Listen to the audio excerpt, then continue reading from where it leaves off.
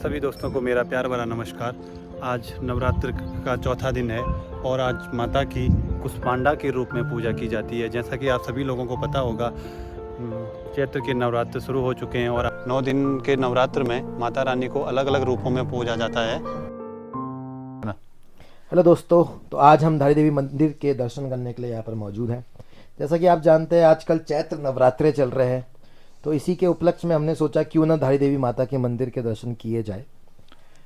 अगर आपको पता होगा, धारी देवी माता का मंदिर हमारा श्रीनगर और रुद्रप्रयाग जो डिस्ट्रिक्ट है उसके बीचों बीच में पड़ता है। ये मंदिर अलकनंदा नदी के ऊपर बना हुआ भव्य मंदिर है। तो चलिए दोस्तों, अब हम माँ धारी देवी के दर्शन के लिए चलते हैं। तो लेट्स गो।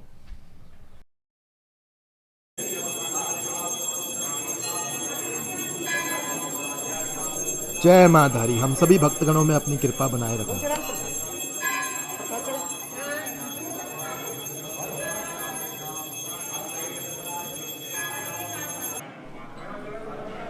तो अभी हम माता के दरबार में प्रवेश कर चुके हैं। तो दोस्तों, जो आपको यहाँ पर दर्शन हो रहा है, ये माता का ऊपरी हिस्सा है और जो माता का निचला हिस्सा है वो काली मठ में काली माता के नाम से पूजा जाता है। और दोस्तों, एक और मैं आपको यहाँ पर बहुत एक रोचक बात बताना चाहूँगा। जितने भी भक्तगण यहाँ पर पूरी श्रद्धा से आते हैं, तो माता रानी धारी देवी माता हमको 3 रूपों में दर्शन देती है। सुबह के टाइम में माता हमें कन्या के रूप में दर्शन देती है, दोपहर के टाइम में माता हमें एक युवती के रूप में दर्शन देती है, और संध्या काली में आपको यही माता के दर्शन एक वृद्ध अवस्था के रूप में होंगे। तो आप अगर अपनी सच्ची मनोकामना से माता के दर्शन करने आएंगे तो आपको इन तीनों स्वरूपों का दर्शन बहुत आनंदमय देगा।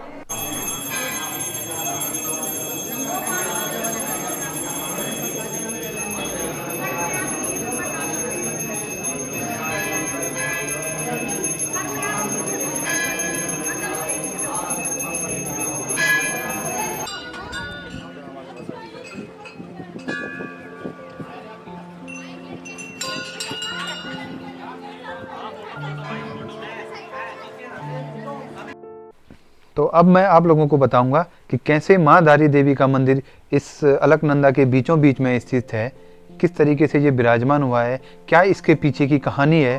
तो अब मैं आप लोगों को इस धारी देवी की रोचक कहानी से रूबरू कराऊंगा।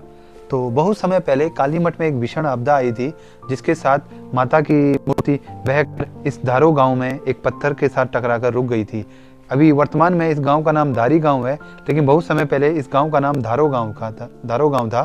तो माता यहाँ पे एक पत्थर से टकराकर रुक गई थी। फिर माता ने एक आवाज़ लगाई कि मुझे बचाओ।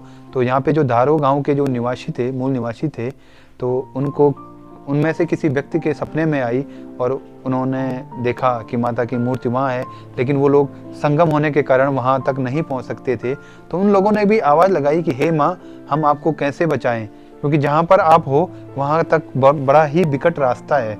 तो माता ने पुकार लगाई कि आप चिंता न कीजिए, आप लोग आगे बढ़ते चलिए। जैसे जैसे आप लोग आगे बढ़ते चले जाएंगे, रास्ता अपने आप बनता चले जाएगा।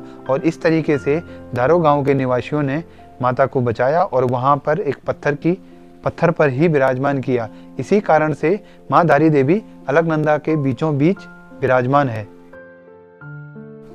तो अब तक मैंने जो आप लोगों को कहानी बताई ही है, यह कहानी थी कि किस तरीके से माँ धारी देवी का मंदिर यहाँ पे विराजमान है। और अब जो मैं आपको बताने वाला हूँ वह भी एक रोचक तथ्य है।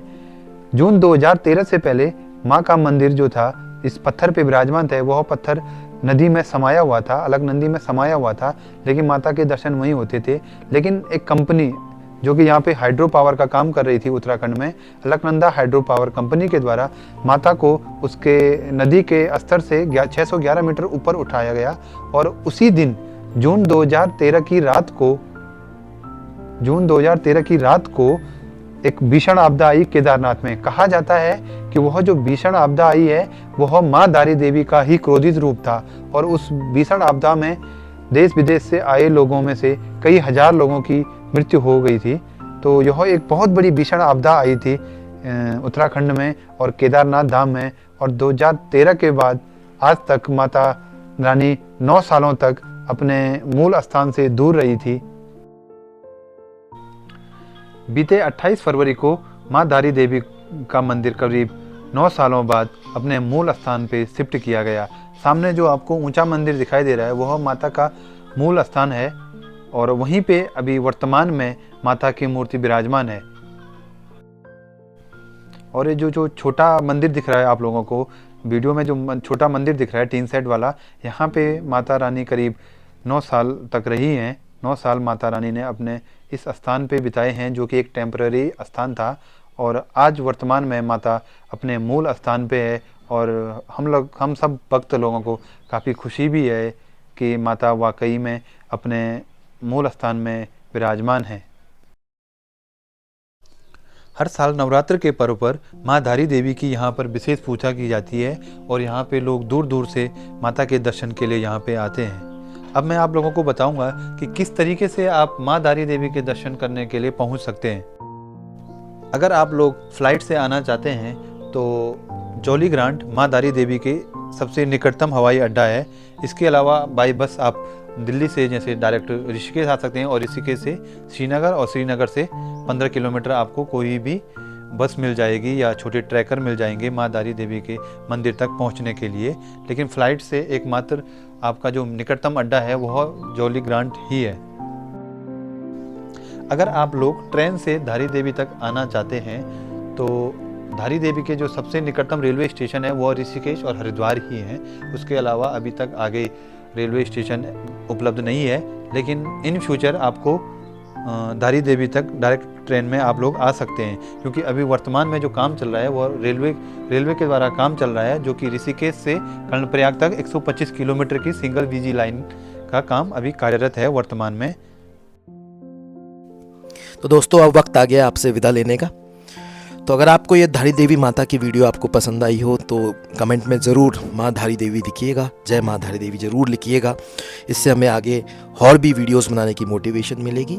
और अगर आप केदारनाथ वैली चैनल से जुड़ना चाहते हैं तो प्लीज़ आप इसको कमेंट, शेयर और सब्सक्राइब ज़रूर कीजिएगा। और हमें अगर आप चाहते हैं कि हम किसी नए स्थल पे या नई वीडियो किसी टॉपिक में बनाएं तो उसके बारे में भी आप हमें कमेंट सेक्शन में बताइएगा। हम पूरी कोशिश करेंगे कि जल्द से जल्द वो वीडियो आप तक पहुँचाएँ। तब तक के लिए जय देवभूमि, जय उत्तराखंड, जय धारी माँ।